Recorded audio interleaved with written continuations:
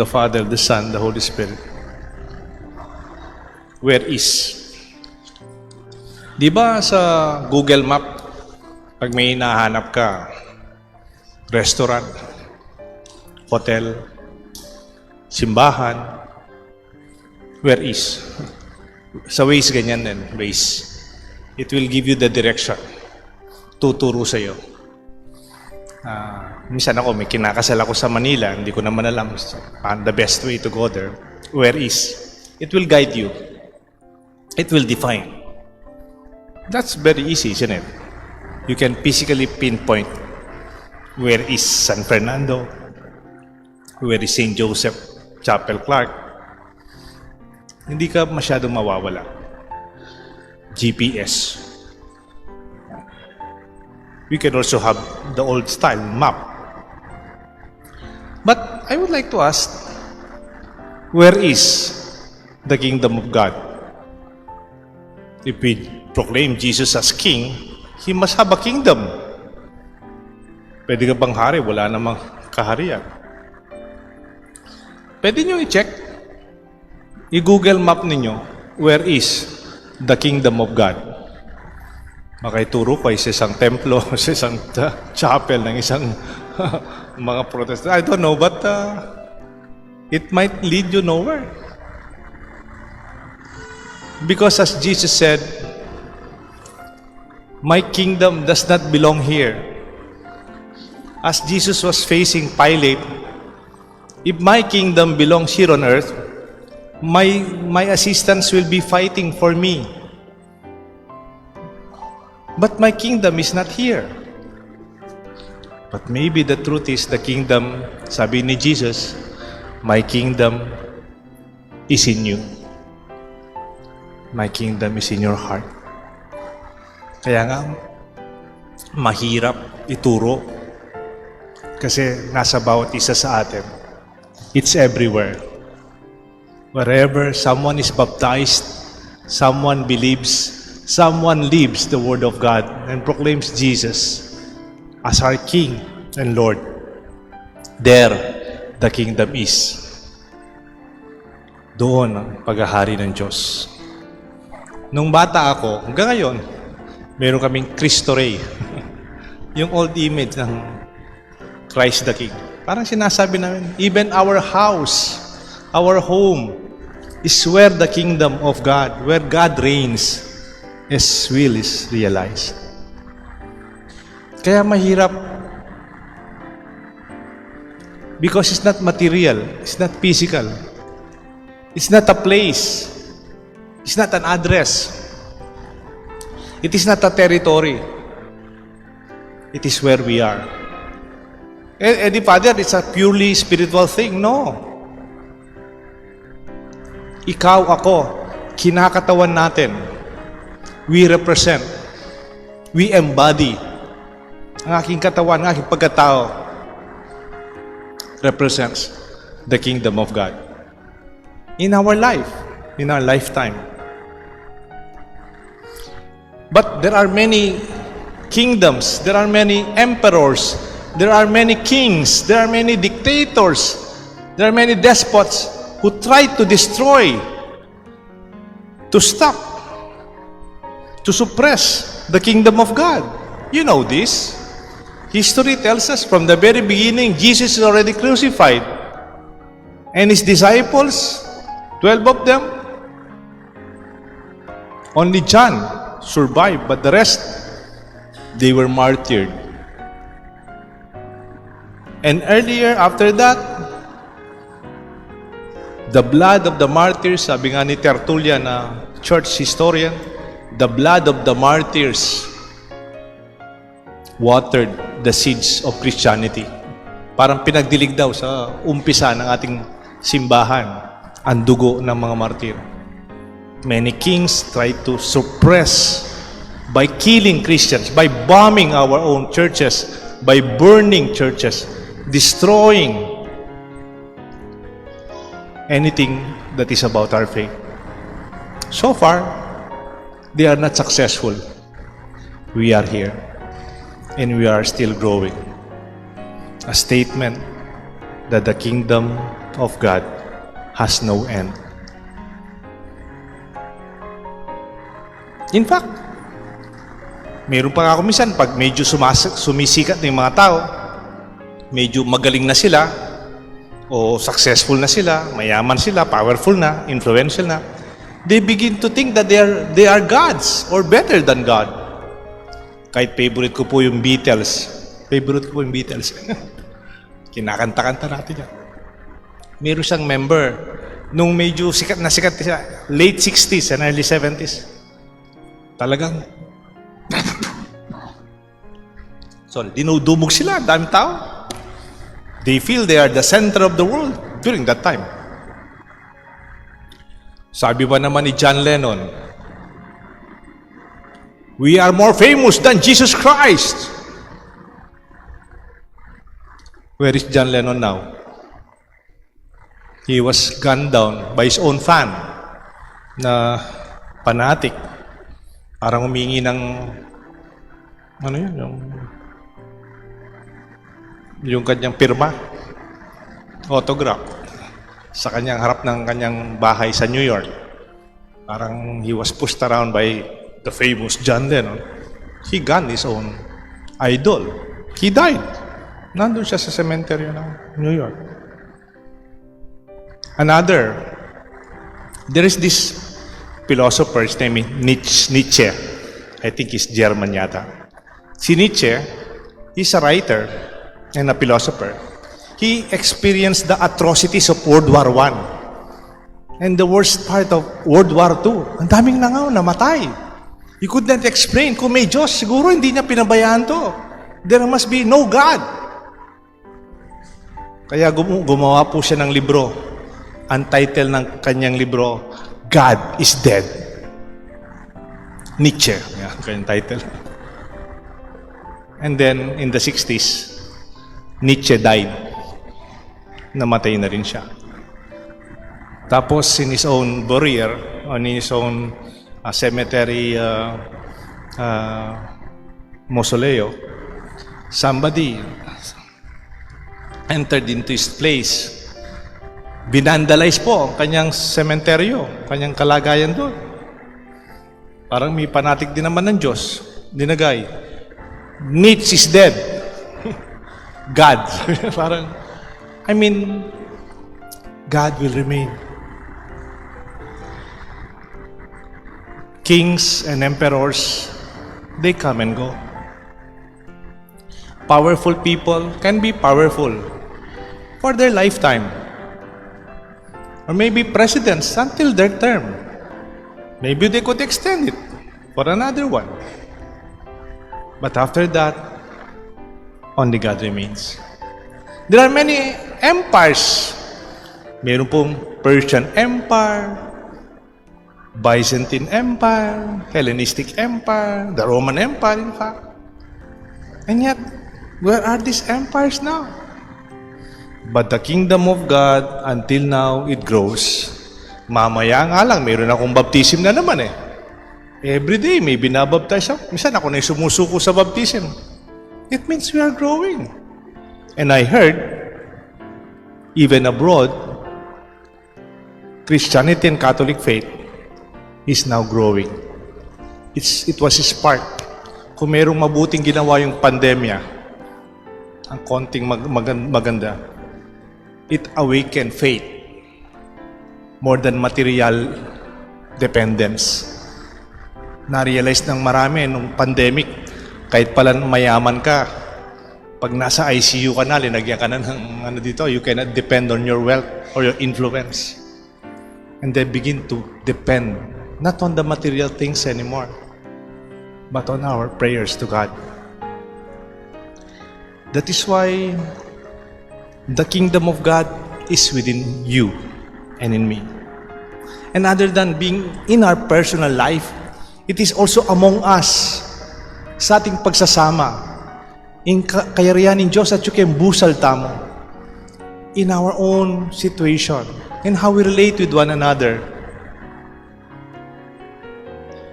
An example of authority from the perspective of Christian leadership, it is based on service. Anyone who wants to be first must be last and serve the many. Kung gusto mong mauna, magpaunahin mo iba. And when you serve others, then you are the leader.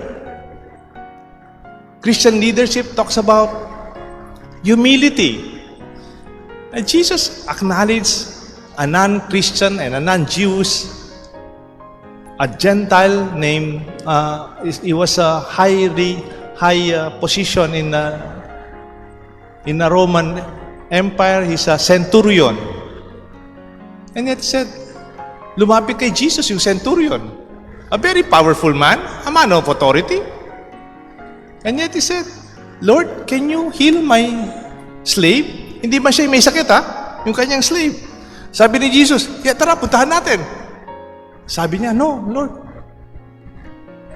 Just only say the word. Sabihin mo lang, and my servant will be healed. For I am a man of authority. I could say, go, people go. Come, they will come. Just say your word, and my servant will be healed. I'm not worthy to receive you. This is the words when we receive Jesus. Diba? Lord, I am not worthy to receive you, but only say your word, and my servant will be healed. It is coming from a humble leader, which Jesus recognized. Authority out of humility.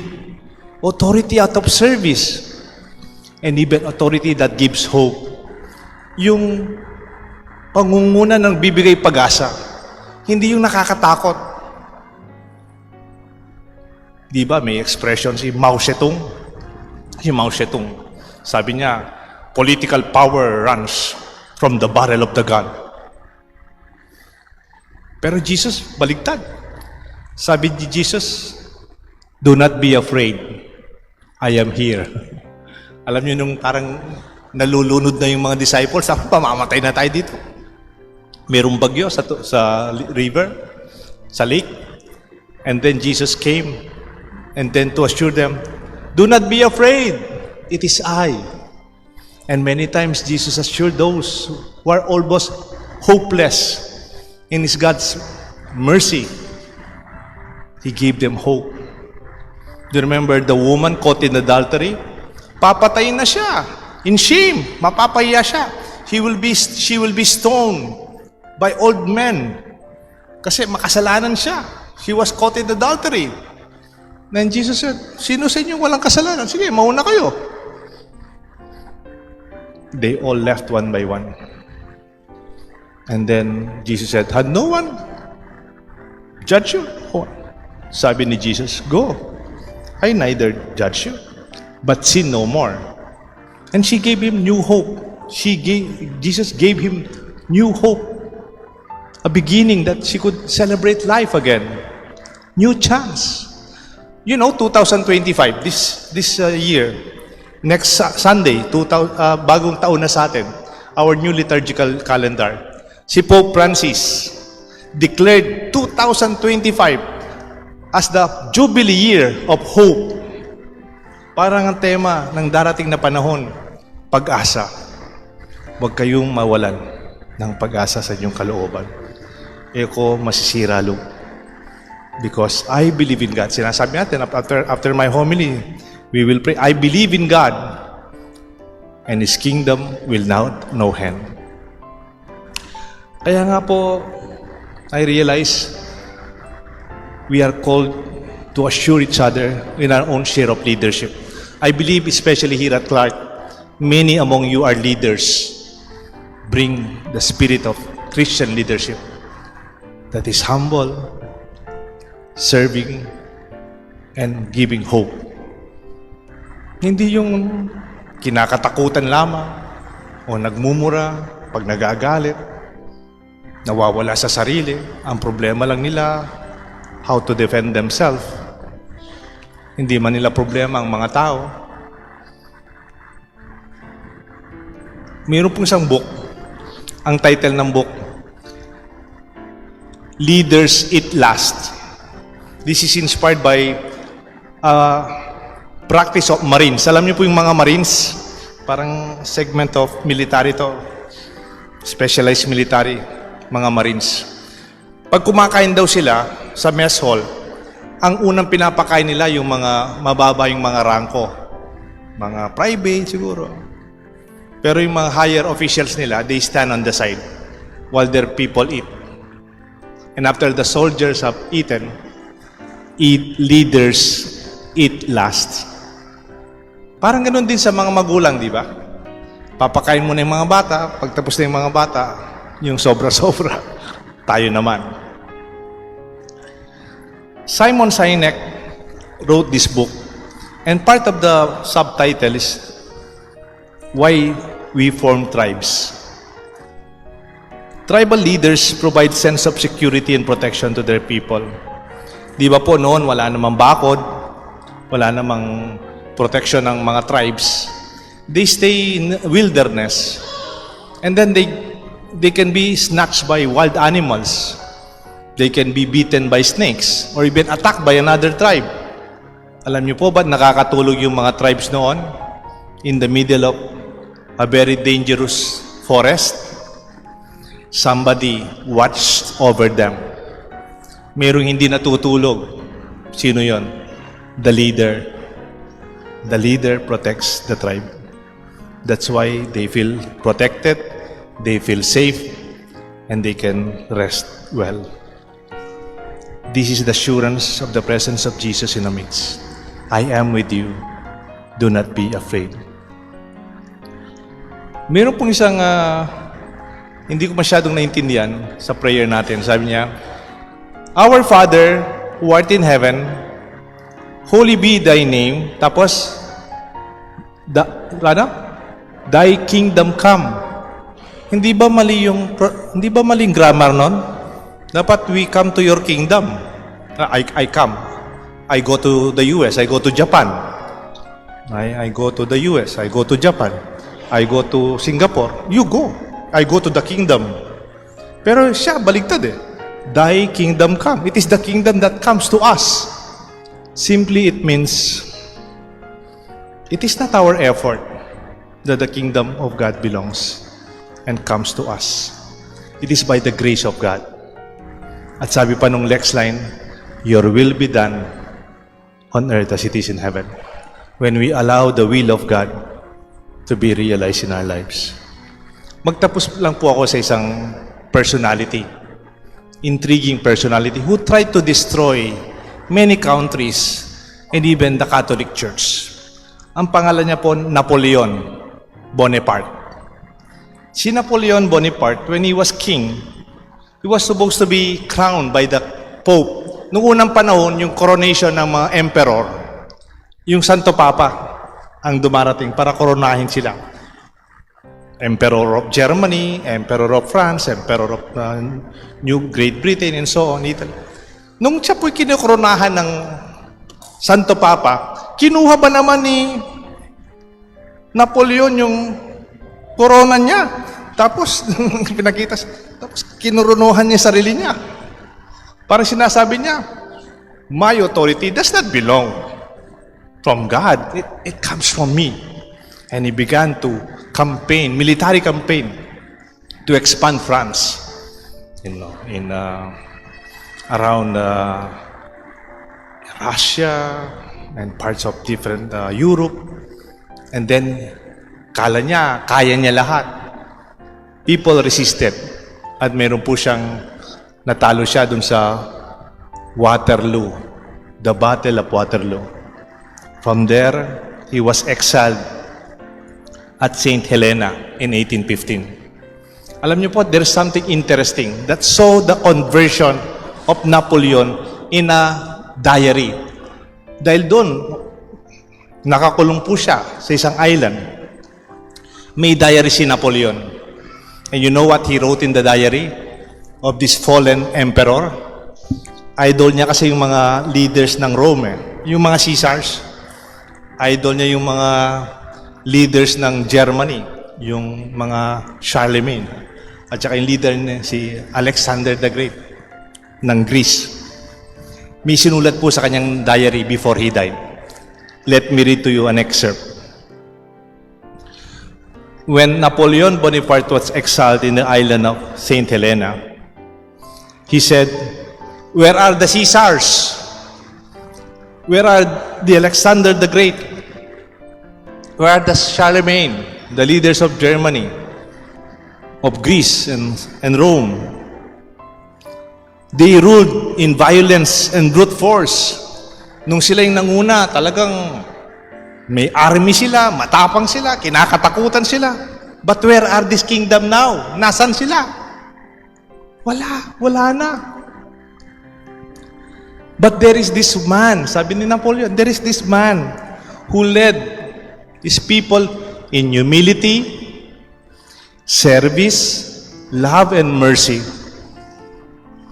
And until now, people all over the world follow him and offer their lives to him." Nangingilabot po ako. His name is Jesus Christ. I mean, when we say the kingdom of God is within us and among us, and it will last forever, indeed, we are proud we belong to this kingdom. You do not find it, but it is in you and in me, among us. Viva Cristo Rey, the Father, the Son, and the Holy Spirit.